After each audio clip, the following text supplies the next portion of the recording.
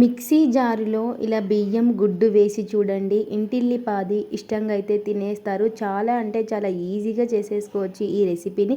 మరి బియ్యం గుడ్డుతో ఈ రెసిపీ ఎలా ఏంటనేది మీకు చూస్తేనే కదా అర్థమవుతుంది. లేట్ ఎందుకు, ఇంకా వీడియోలోకి వెళ్ళిపోదాం పదండి. ముందుగా ఒక బౌల్ అయితే తీసుకొని ఆ బౌల్లోకి కప్పు బియ్యం అయితే వేసుకోవాలి. ఇక్కడ వచ్చేసి నేను సన్న బియ్యమే తీసుకున్నాను అనమాట. మీరు కావాలి అంటే రేషన్ బియ్యంతో అయినా చేసుకోవచ్చు. ఇక్కడ వచ్చేసి బియ్యాన్ని బాగా కడిగేసుకుందాము ఒక 2 సార్లు అలాగా.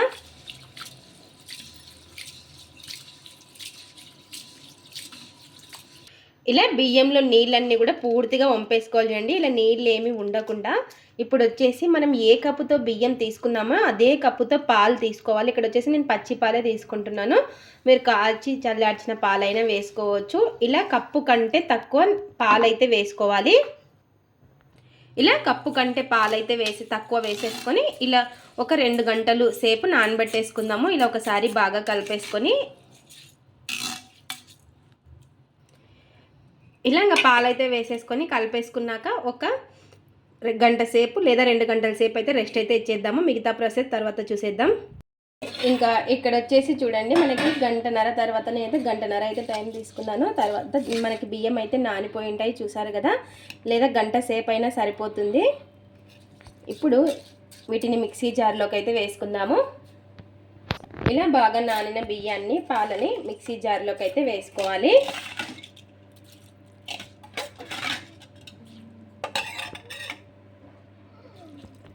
ఇందులోకి 1/2 కప్ అంతా చక్కెరని అయితే వేసుకోవాలి. అలాగే ఇందులోకి ఒక 2 గుడ్లని వేసుకోవాలి. ఇలా ఒక 2 ఎగ్స్ని అయితే వేసుకోవాలి. తీసుకున్న బియ్యాన్ని బట్టి ఎగ్స్ అనేది వేసుకోవాలి. అలాగే ఇందులోకి చిటికెడు సాల్ట్, అలాగే ఇందులోకే ఒక 1/2 కప్ అంతా మనం ఏ కప్తో తీసుకున్నామో అదే కప్తో 1/2 కప్పు కొంచెం నూనె అయితే వేసుకోవాలి. ఇలా ఇవన్నీ కూడా వేసుకొని మిక్సీ జార్లోకి ఒకసారి బాగా కలిపేసుకోవాలి.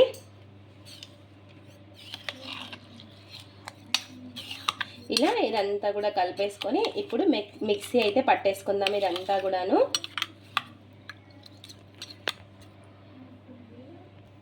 ఇలా మూత అయితే పెట్టేసుకొని మిక్సీ అయితే పట్టేసుకుందాం. ఇంకా ఇలా మిక్సీ పట్టేసుకున్న దాన్ని ఒక బౌల్లోకి అయితే వేసుకోవాలి. ఇలా ఈ విధంగా పట్టేసుకొని ఇలా ఒక బౌల్లోకి వేసుకున్నాక ఏ కప్పుతో తీసుకున్నామో అదే కప్పుతో 1 కప్పు పిండిని అయితే వేసుకోవాలి. ఇలా పిండిని వేసుకొని జల్లించేసుకుందాము ఈ పిండిని అంతా కూడాను. ఇలా పిండి వేసుకున్నాక ఇందులోకి 1 స్పూన్ అంతా బేకింగ్ పౌడర్ వేసుకోవాలి. 1 స్పూన్ బేకింగ్ పౌడర్ కూడా వేసుకొని మొత్తం కూడా ఒకసారి బాగా కలిపేసుకుందాము. ఇలా ఈ పిండిలో ఇలా ఒకే విధంగా కలిపేసుకోవాలి. ఎలా పడితే అలా కలిపేసుకోకూడదు. ఈ పిండి ఇందులో బాగా కలిసేలాగా కలిపేసుకోవాలి, ఉండలు అనేది లేకుండా.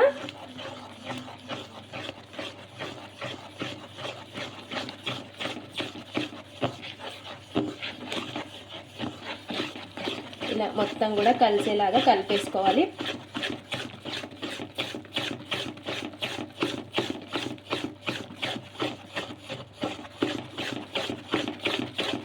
ఎక్కడ కూడా ఉండలు అనేది లేకుండా కలిపేసుకోవాలి అండి ఈ విధంగా మొత్తం కూడాను.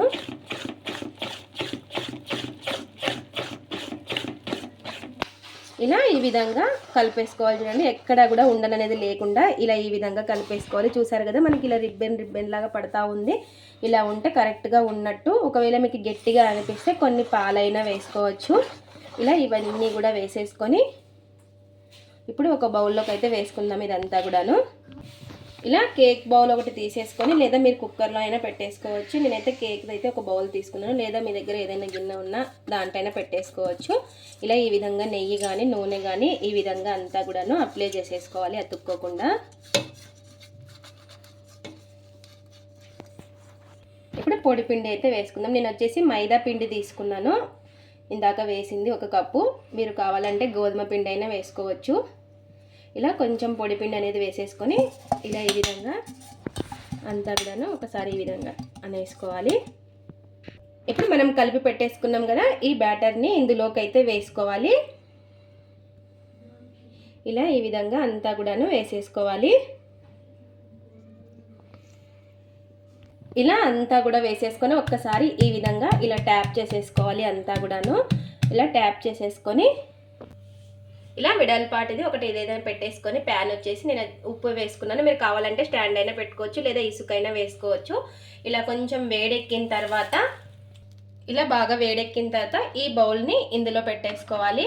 ఇలా పెట్టేసుకొని ఇంకొక ప్లేట్ అయితే పెట్టేసుకుందాం, దీనిపైన గాలి అనేది పోకుండా. ఇలా ఒక ప్లేట్ అయితే పెట్టేసుకొని ఒక్క 30 నిమిషాలు అయితే ఇలా ఇంకొక బరువు అయితే పెట్టేసుకుంటే మనకి గాలి అనేది పోకుండా ఒక 30 నిమిషాలు అయితే బేక్ చేసేసుకుందాము.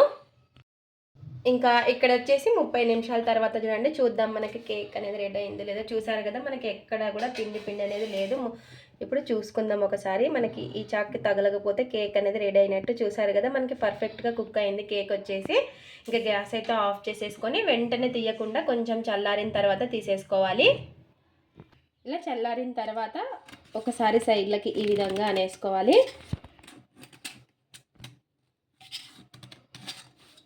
ఇలా ఇప్పుడు ఒక ప్లేట్ అయితే తీసేసుకొని ఈ కేక్ని ఇందులోకి అయితే వేసుకొని ఒకసారి ఈ విధంగా ట్యాప్ చేసేసుకుంటే చూసారా మనకి ఎంత ఈజీగా కేక్ అనేది వచ్చిందో.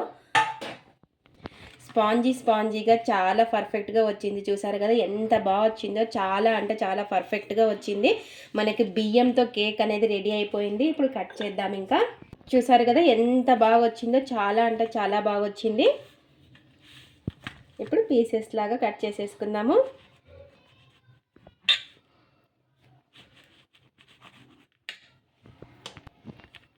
చూసారు కదా ఎంత స్పాంజీగా చాలా అంటే చాలా బాగుంటుంది. బియ్యంతో కేక్ అనేది మనకు పర్ఫెక్ట్గా వచ్చింది. చూసారు కదా చాలా టేస్టీగా కూడా ఉంటుంది. మీరు కూడా ఒక్కసారి ఈ విధంగా ట్రై చేయండి.